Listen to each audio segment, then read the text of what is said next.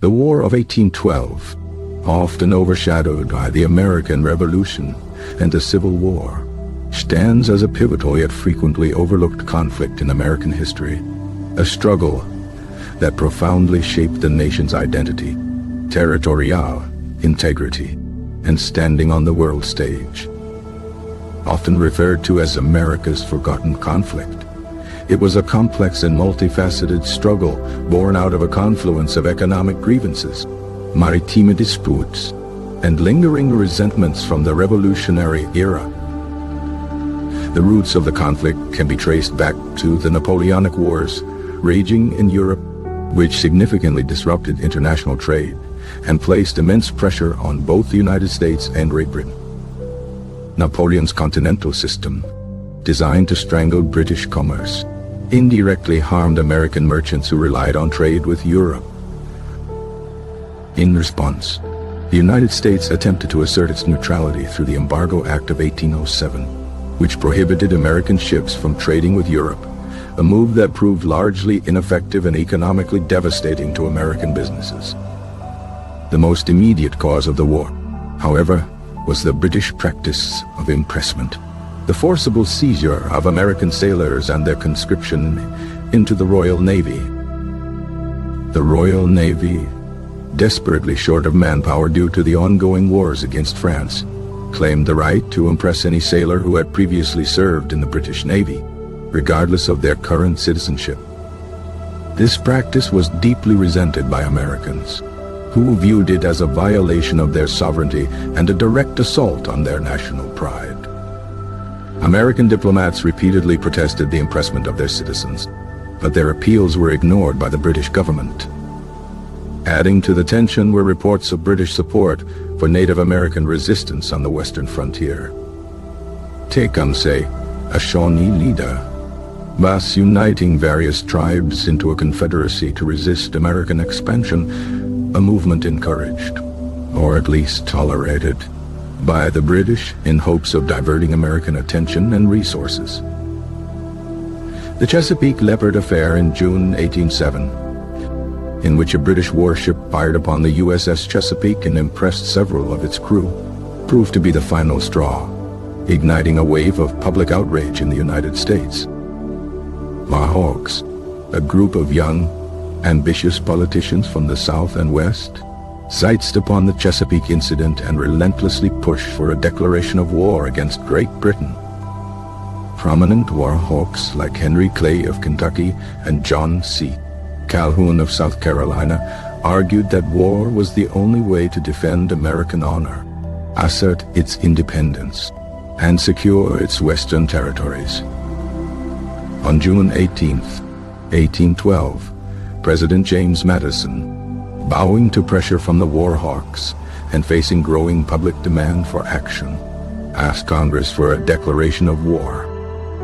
Despite significant opposition, particularly from New England Federalists who feared the economic consequences of war, Congress overwhelmingly approved the declaration. The American strategy for the war was initially ambitious: to invade Canada and seize control of British North America, thereby ending British support for Native American resistance and securing a negotiated peace. The reality, however, proved far more complex and challenging. The American military was woefully unprepared for the conflict.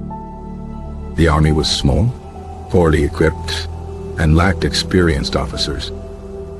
The Navy, while smaller than the Royal Navy, consisted of a handful of well-built frigates and some privateers, privately owned ships authorized by the government to attack enemy vessels. Early naval engagements saw impressive American victories, notably those of the USS Constitution, Old Ironsides, against the HMS Guerriere, and the USS United States against the HMS Macedonian. These victories boosted American morale and demonstrated the capabilities of American-built ships and skilled American sailors. However, as the war progressed, the British, with their vastly superior naval power and larger army, gradually gained the upper hand. The American attempts to invade Canada repeatedly failed, hampered by poor planning, inadequate supplies, and the fierce resistance of British and Canadian forces. The Battle of Queenston Heights in 1812 resulted in an American defeat and the death of General Isaac Brock, a British hero. In the Great Lakes region, control of the lakes proved vital to the war effort. The Battle of Lake Erie in 1813, a decisive American victory under the command of Oliver Hazard Perry, secured American control of Lake Erie and enabled the American Army to liberate Detroit from British occupation. Perry's famous message, "We have met the enemy, and they are ours," became a symbol of American resolve. The Battle of Lake Champlain in 1814, another American victory, ensured American control of Lake Champlain and prevented a British invasion of New York. On land, the war was characterized by a series of back-and-forth battles and campaigns. The British, reinforced by troops released from the Napoleonic Wars, launched a series of offensives into the United States in 1814.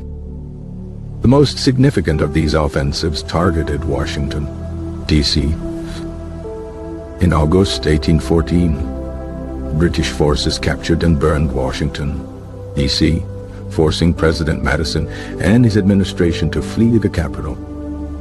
This humiliating event shocked the nation and further galvanized public opinion against the British. However, American forces, under the command of General Andrew Jackson, successfully defended Baltimore from a British attack in September 1814. The British bombardment of Fort McHenry inspired Francis Scott Key, an American lawyer held prisoner on a British ship, to write the poem that would become the Star-Spangled Banner, the national anthem of the United States. The final major battle of the war, the Battle of New Orleans, took place in January 1815, after the peace treaty had already been signed.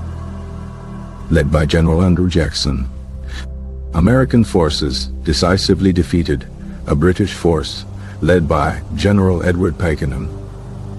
The victory at New Orleans, though occurring after the war's formal end, further enhanced Jackson's reputation and contributed to a renewed sense of national pride. The war officially ended with the signing of the Treaty of Ghent on December 24, 1814.